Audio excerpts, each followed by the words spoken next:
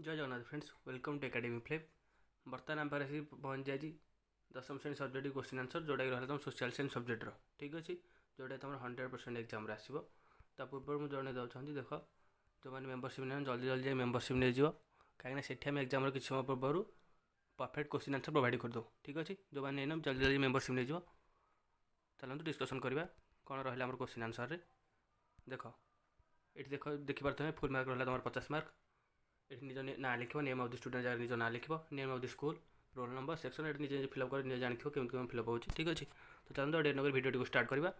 ता पूर्व कहूँ चाहिए जो मैंने चैनल नुआ कर विजिट कर चैनल सब्सक्राइब कर बेल आइकन को ऑल प्रेस करदे जहाँफल तुमको एमती क्वेश्चन आंसर रिलेटेड सब इनफॉर्मेटिव वीडियो जल्दी पहुँच पार तुम पाखे। ओके, तो चलते डेट नगर डिस्कसन करवा। देख फास्ट क्वेश्चन कौन रहा, बहुमुखी नदीबंध योजना कौन, यह किपरि जल संरक्षण परिचालन साहाय्य करता है लेख। यहाँ रहा तुम 4 मार्कर। और कौन रहा ना रोपण कृषि क्या कहती एवं ये कृषि क्यों क्यों अनुकूल परिवेश आवश्यक वर्णना कर।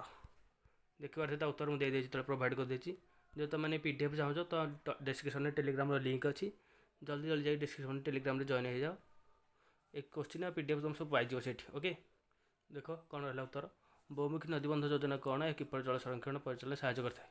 देख बहुमुखी नदी योजना हूँ एक प्रकल्प जहाँ एककालीन अनेक उद्देश्य पूरण करने नदीबंध पर बंध निर्माण करता है।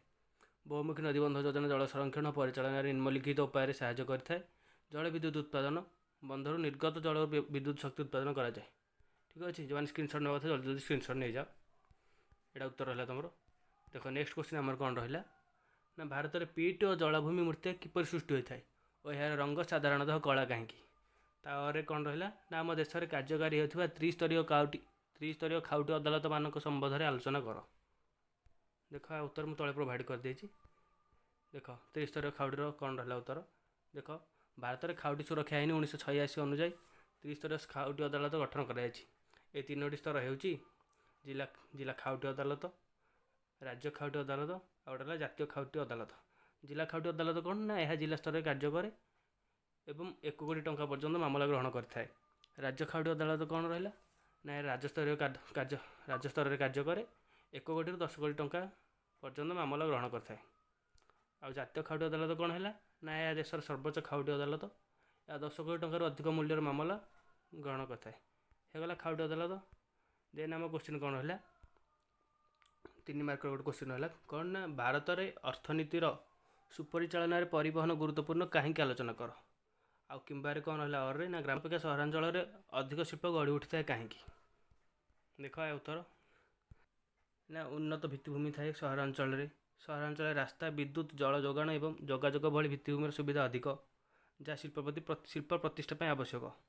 आ गोटे कौन फायदा ना, श्रमिक उपलब्धता सहर गुड़िकर कुशली और अणकुशली श्रमिक सहज उपलब्ध होता एवं सहर में बजार सुविधा थाए। देखिए गोटे लिखाई सहर में बजार सुविधा, सहर गुड़िकर बड़ बड़ बजार थाए जो उत्पादित सामग्री को सहज बिक्री कर आ रहा बैंकिंग एवं आर्थिक सेवा। ओके, उत्तर मिलगला तुमको। जो मैंने स्क्रीनशॉट ना नहीं जाओ, जो तुम पीडीएफ चाहते तो डिस्क्रिप्शन में टेलीग्राम लिंक अच्छी से जॉइन हो जाओ और से तुम पीडीएफ गुड़िक पाइज। देन देख हम नेक्स्ट क्वेश्चन डिस्कसन करवा। राजस्थान शुष्क अर्धशुष्क अंचल किपरि वृष्टि जल अमल कर आलोचना कर। और कौन रहा ना, पाणीपाग विभाग द्वारा दूरदर्शन माध्यम तुम अंचल एक भयंकर बात्या हबार सूचना पाइल, तेज तुम अन्यत्र चली जाए क्यों पदक्षेप नब। ठीक अच्छे, उत्तर देख ये राजस्थान शुष्क अर्धशुष्क अंचल किपरि वृष्टि जल अमल कर आलोचना कर ना, राजस्थान शुष्क और अर्धशुष्क अंचल वृष्टि जल अमल पर विभिन्न पारंपरिक पद्धति प्रचलित अच्छी। यही पद्धति गुड़िक मुख्यतः कृषि और पानीय जलर आवश्यकता पूरण करने व्यवहृत हुए। जमी रहा टांका, यह हूँ घर अगणा निर्मित एक भूतल जलाशय जहाँ टांकी। ओके, जहाँ घर छातर वर्षा जल संग्रह करने सहित करने व्यवहृत होता है, जोटा कि आम परवर्ती समय यूज कर। ठीक अच्छे, नेक्स्ट क्वेश्चन कौन रहा आमर ना, बहुमुखी नदीबंध योजनार उपकारिता और अपकारिता संबंध में एक तुलनात्मक संक्षिप्त विवरणी प्रदान कर। भारत में प्राकृतिक गैस वितरण संबंध में एक विवरणी प्रदान कर। गोटे देखिए बहुमुखी नदीबंध योजना विषय लिखा आ गए लिखी कौन ना, प्राकृतिक गैस विषय लिखा। ओके, देन आम नेक्स्ट क्वेश्चन देख पार्थक्य दर्शाओ। शुष्क कृषि कौन और आर्द्र कृषि कौन। शुष्क कृषि आ गए आर्द्र कृषि यही मध्य पार्थक्य दर्शाइब। ଆଉ ଗୋଟେ ରହିଲା ଜଳ ବିଦ୍ୟୁତ ଶକ୍ତି ଓ ତାପଜ ବିଦ୍ୟୁତ ଶକ୍ତି। ଓକେ, ଦୁଇଟା ଦେଲା ତୁମକୁ କ'ଣ ପାର୍ଥକ୍ୟ ଦର୍ଶାଇବା ପାଇଁ। ଦେଖ ଏଠି ବହୁମୁଖୀ ନଦୀବନ୍ଧ ଯୋଜନା ଯେଉଁଟା ଆମେ ଡିସ୍କସନ୍ କରିଥିଲି ତା ଉତ୍ତର।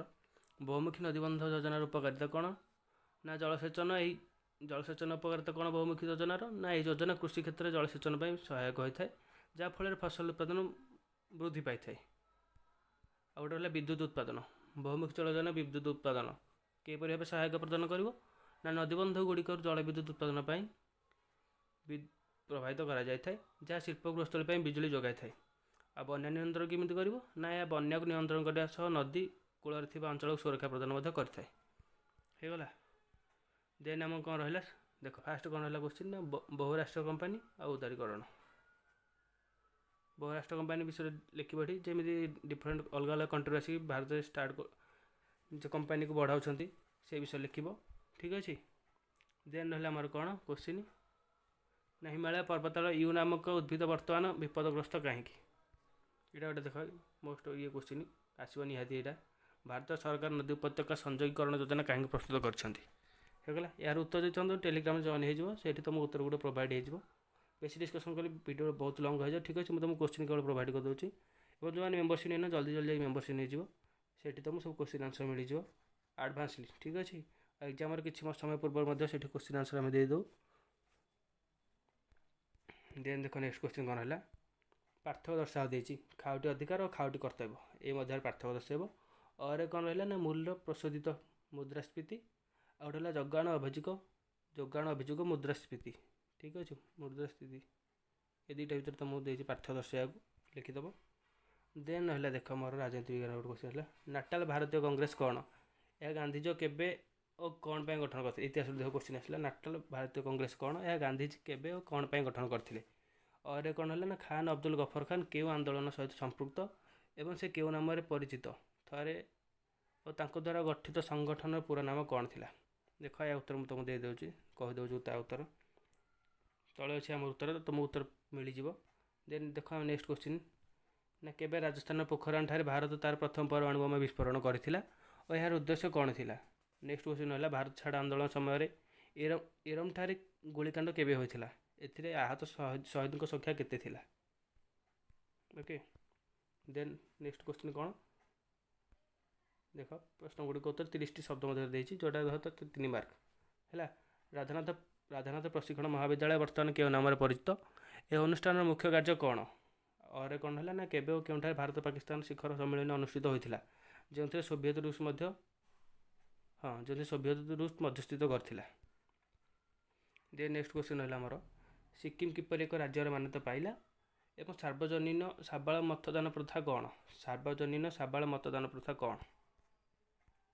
ତାପରେ ନେକ୍ସଟ କ୍ୱେଶ୍ଚିନ୍ ହେଲା ଦେଖ, ଭାରତ ଛାଡ଼ ପ୍ରସ୍ତାବ କିଏ, କେବେ ଓ କେଉଁଠାରେ ଆତଙ୍କ କରିଥିଲେ? ଅରେ କ'ଣ ରହିଲା ନା ମିଳିତ ସଂସଦୀୟ କମିଟିର ବିବରଣୀ ସମ୍ପର୍କରେ ଲେଖ। ଠିକ୍ ଅଛି, ଏଇଟା ତୁମ 3 ମାର୍କ ରହିଯିବ। ଯେଉଁମାନେ ଆନ୍ସର୍ ପାଇବାକୁ ଚାହୁଁଥିବ ଟେଲିଗ୍ରାମରେ ଜଏନ୍ ହେଇଯିବ, ସେଠି ଆମେ PDF ପ୍ରୋଭାଇଡ଼ କରିଦେବୁ। ଓକେ। ନେକ୍ସଟ କ୍ୱେଶ୍ଚିନ୍ ଆମର ରହିଲା, ଭାରତର ପ୍ରଥମ ପ୍ରଧାନମନ୍ତ୍ରୀ ଜବାହରଲାଲ ନେହେରୁଙ୍କ ମୃତ୍ୟୁ କେବେ ହୋଇଥିଲା ଓ ଏହାପରେ କିଏ ଭାରତ ପ୍ରଧାନମନ୍ତ୍ରୀ ହୋଇଥିଲେ? ଦେନ୍ ରହିଲା ଅର୍ଥନୈତିକ ଉଦାରୀକରଣର କେତୋଟି ଉପାଂଶ ଅଛି, ସେଗୁଡ଼ିକ କ'ଣ କ'ଣ? ତାପରେ ନେକ୍ସଟ କ୍ୱେଶ୍ଚିନ୍ ରହିଲା, ରାଜ୍ୟ ନିର୍ବାଚନ ଆୟୋଗର ସଦସ୍ୟ ସଂଖ୍ୟା କେତେ ଓ ସେ କାହା ଦ୍ୱାରା ନିଯୁକ୍ତି ହୋଇଥାନ୍ତି? ଭୋଟର ତାଲିକା ସଂଶୋଧନ କହିଲେ କ'ଣ ବୁଝ? ଠିକ୍ ଅଛି ପିଲାମାନେ, ଦେଖିଥିବେ କ୍ୱେଶ୍ଚିନ୍ ଗୁଡ଼ାକ ନିହାତି ତୁମର ଏକ୍ଜାମ୍ରେ ଆସିବ। ପୁଣି ଥରେ କହିଦେଉ, ଯେଉଁମାନେ ଟେଲିଗ୍ରାମରେ ଜଏନ୍ ହେଇନାହାନ୍ତି ଜଏନ୍ ହେଇଯିବେ ଏବଂ ଯେଉଁମାନେ ମେମ୍ବରସିପ୍ ନେଇନାହାନ୍ତି ଜଲ୍ଦି ଜଲ୍ଦି ନେଇଯିବେ। ସେଠି ଆମେ ତୁମକୁ ଏକ୍ଜାମ୍ କିଛି ସମୟ ପୂର୍ବରୁ କ୍ୱେଶ୍ଚିନ୍ ମଧ୍ୟ ଅପଲୋଡ଼ କରିଦେଉ। ଦେଖ ନେକ୍ସଟ କ୍ୱେଶ୍ଚିନ୍ ଦେଖ, କୃଷ୍ଣଚନ୍ଦ୍ର ଗଜପତି କେବେ ଓ କେଉଁଠାରେ ମୃତ୍ୟୁବରଣ କରିଥିଲେ? ଆର ଅରେ କ'ଣ ହେଲା, ରିସ୍ଲେ ସର୍କୁଲାର କାହାକୁ କୁହାଯାଏ? ଏ ସର୍କୁଲାରରେ କେଉଁ ପ୍ରସ୍ତାବ ଥିଲା?